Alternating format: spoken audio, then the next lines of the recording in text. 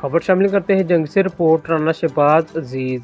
गुज़िश्ता रात सरमाया अहले सुन्नत पीर आगा काज़म गिलानी अलमरूफ पीर पठान हरकत कल्ब बंद होने की वजह से रज़ाए इलाही से वफ़ात पा गए।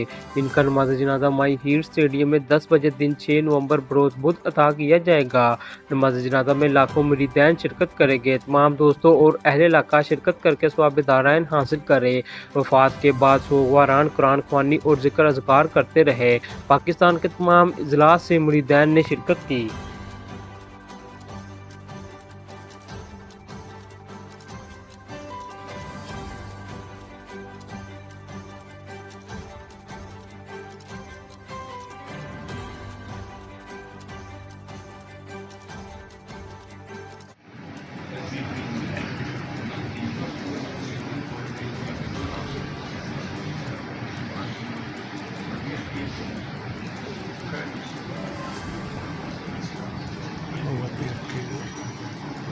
वफात के बाद समस्त लोगों को दिल पे